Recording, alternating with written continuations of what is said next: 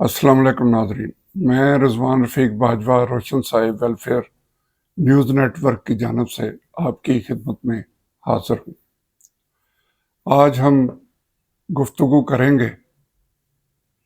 قومی اسمبلی اور سینٹ کی قائمہ کمیٹیوں میں ہونے والے اجلاس، جن میں کچھ اہم نوعیت کی جو خبریں ہیں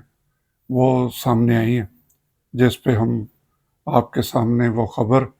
اور اپنا تجزیہ آپ کو پیش کریں گے۔ سب سے پہلے جو اہم خبر ہے وہ سی پیک کے حوالے سے ہے۔ قائمہ کمیٹی برائے داخلہ کے اجلاس میں سیکرٹری داخلہ نے یہ انکشاف کیا اور یہ بتایا وہاں ممبران کو کہ سی پیک کی سیکورٹی مکمل طور پر، اور اس کے علاوہ جو سی پیک کے 4 بڑے منصوبے ہیں جن کی تفصیل ابھی آنا باقی ہے، وہ فوج کے حوالے کر دیے گئے ہیں، پاکستان آرمی کے حوالے کر دیے گئے ہیں۔ تو اس سے یہ ثابت ہوتا ہے کہ حکومت سی پیک کے حوالے سے کافی سنجیدہ اقدامات کرنے کا ارادہ رکھتی ہے، تاکہ وہاں پہ جو کام کرنے والے لوگ ہیں غیر ملکی، جن میں چین کے جو اہلکار اور وہاں کے جو کارکن ہیں، وہاں کے جو ان کے انجینئرز ہیں، ان کی سیکورٹی کو محفوظ بنانے کے لیے یہ تمام معاملات سیکورٹی کے متعلقہ جو ہیں وہ فوج کے حوالے کر دیے جائیں گے، اور آنے والے دنوں میں یقینی طور پر جب یہ تمام منظوری کے مراحل مکمل ہو جائیں گے تو بتایا جائے گا کہ جو فوج کی سیکورٹی ہے اس پہ اس کی نگرانی کے لیے جو کوئی علیحدہ سے شعبہ بنایا گیا، اس کے سربراہ کون ہوں گے، یا دیگر جو اس کی ترجیحات ہیں وہاں پہ سیکورٹی اور دوسرے جو منصوبے ہیں ان کی تفصیلات سے آگاہ کیا جائے گا۔ جیسے ہی یہ سب کچھ فوج کی طرف سے بتایا جائے گا تو ہم بھی یقینی طور پہ آپ کو اس حوالے سے آگاہ کریں گے۔ اس کے ساتھ ہی میں یہ بھی کہنا چاہوں گا کہ D G I S P R صاحب نے گزشتہ دنوں ایک پریس کانفرنس کی تھی، اور اس میں دوبارہ ایک سوال اٹھایا گیا کہ جو بارڈر سے سمگلنگ جو ہوتی ہے، جو یہ اپنا ہوتا ہے تیل کی سمگلنگ، اور اس کے علاوہ جو نان کسٹم پیڈ گاڑیاں جو آتی ہیں، منشیات کی سمگلنگ،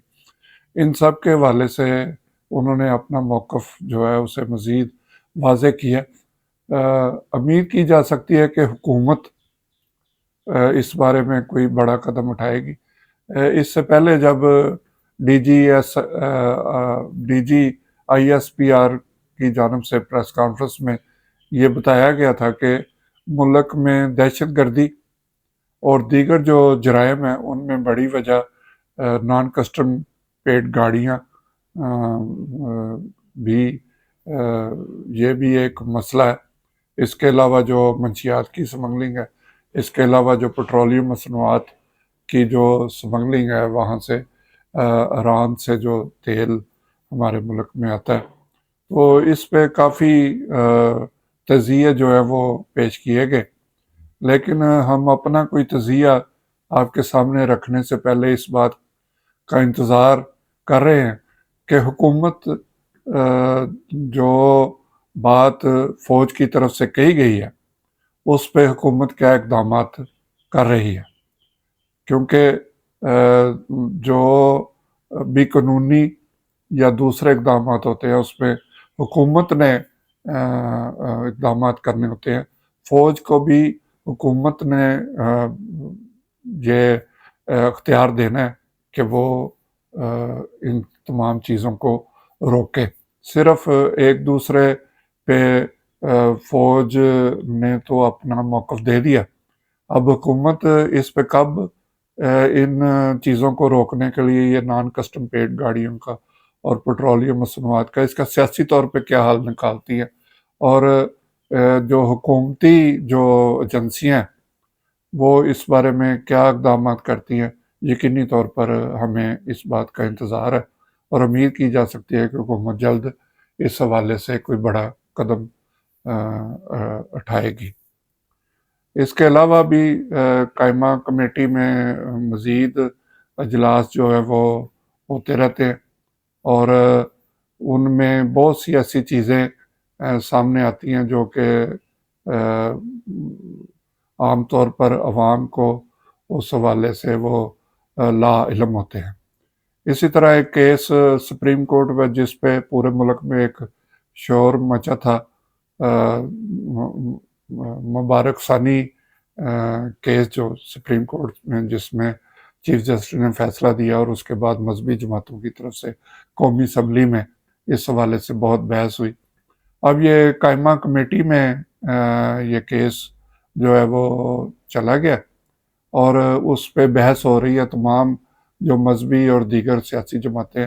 وہ اپنا اس میں موقف دے رہے ہیں۔ اب دیکھتے ہیں کہ اس حوالے سے جو قائمہ کمیٹی ہے قومی اسمبلی کی، وہ اس پر کیا طریقہ کار اختیار کرتی ہیں کہ اس جو فیصلہ آیا ہے اس کو کس طرح جو ہے وہ دیکھا جائے، جس سے پوری امت مسلمہ،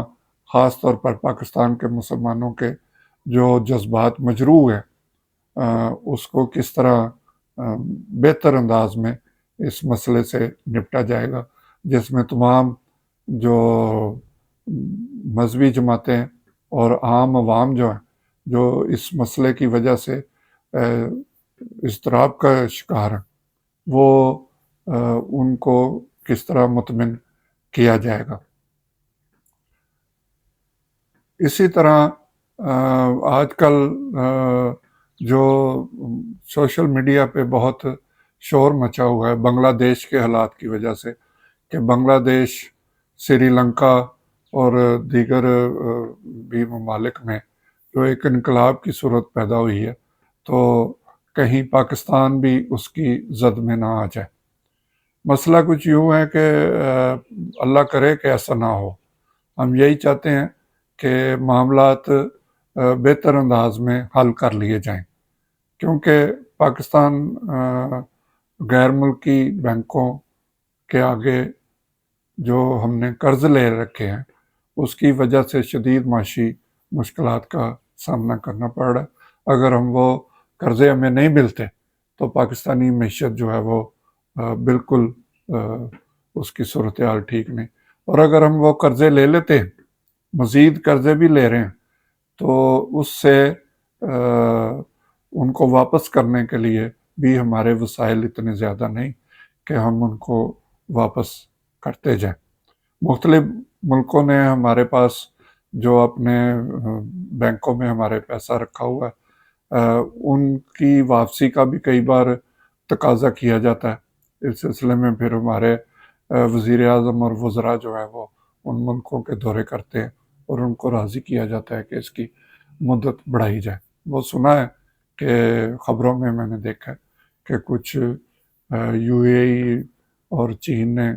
جو پیسے رکھے ہیں ان کی مدت میں اب مزید اضافہ کر دیا گیا، لیکن یہ کوئی پراپر حل نہیں۔ اس کے لیے ہمیں کوئی اپنی پالیسیاں چینج کرنی ہوں گی، ہمیں عوام کے حقوق اور عوام جو چاہتے ہیں اس کے مطابق کچھ اپنی پالیسیاں بنانی ہوں گی۔ ہمارا ملک اس وقت اس قابل نہیں کہ یہاں کوئی بڑا احتجاج ہو اور اس سے تمام نظام جو ہے وہ درم برم ہو جائے۔ اس کی حوصلہ افزائی کی بجائے ہمیں کوئی حل ایسا پیش کرنا چاہیے کہ ملک میں امن ہو، یہاں پہ گڈ گورننس ہو، یہاں پہ جو کچے پکے نہ جانے کون کون سے ڈاکو ہمارے ملک میں گھس آئے وہ ان کو بھی وہ قانون کی گرفت میں آ سکے۔ محکمہ داخلہ کی طرف سے بھی الرٹ جاری کیا گیا کہ سرکاری ملازمین جو ہیں وہ اپنے جو ان کا باہر آنے جانے کا جو شیڈول ہے